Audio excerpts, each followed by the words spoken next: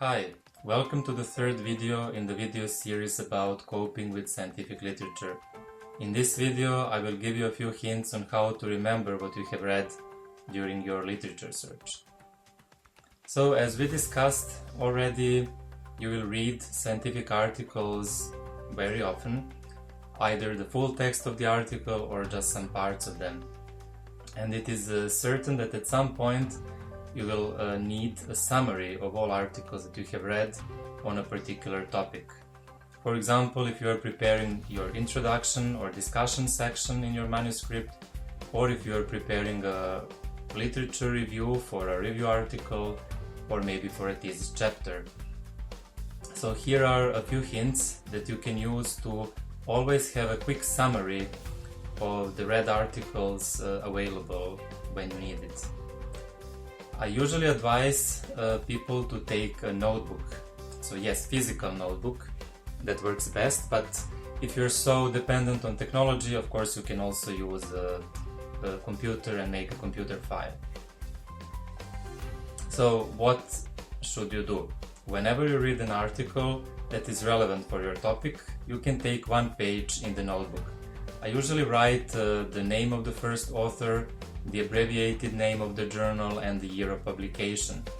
You can add more details, but usually this is enough. I also suggest saving a PDF of the full version of the text of the article in a devoted folder on your computer, and you should title it the same, so in the same format. That means author, journal, and year.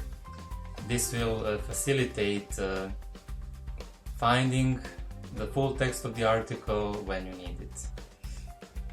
Next step is to write down some selected details from the article that you are reading into your notebook. So what should you write? Yeah, basically that depends on what you think will be useful for you or what you expect that you will need from all those articles that you're reading. But please keep in mind that the point here is just to have a brief overview of some important details and some important information, rather than really having too many details, which you can of course always look for in the full text version of the article. For example, I usually write down the information that I need for comparison with my study.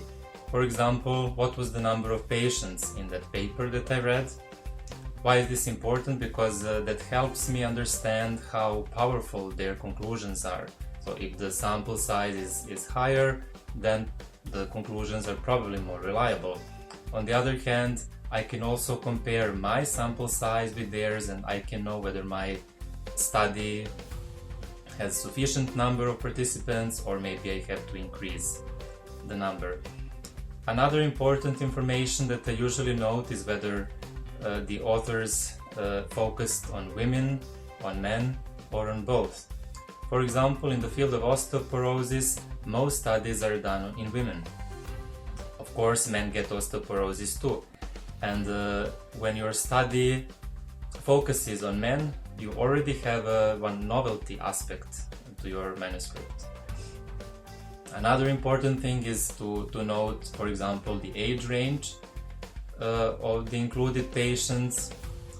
This is important because maybe you can see that your age range is even wider than in all previous studies, so that makes an advantage for your paper.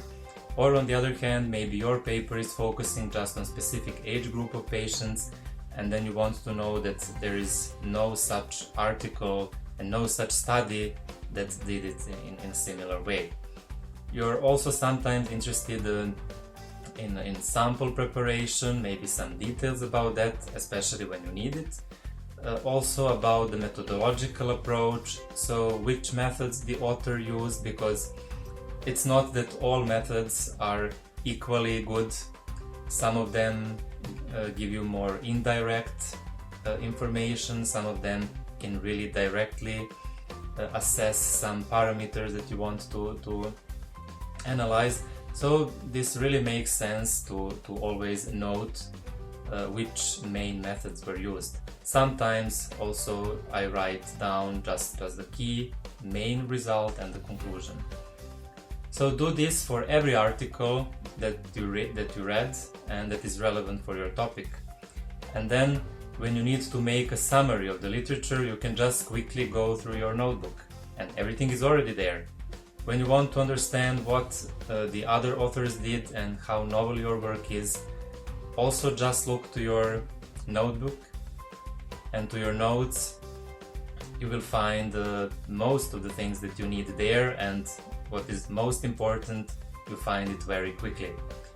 I hope this was helpful and that you can use these hints to make a common summary of the articles you read.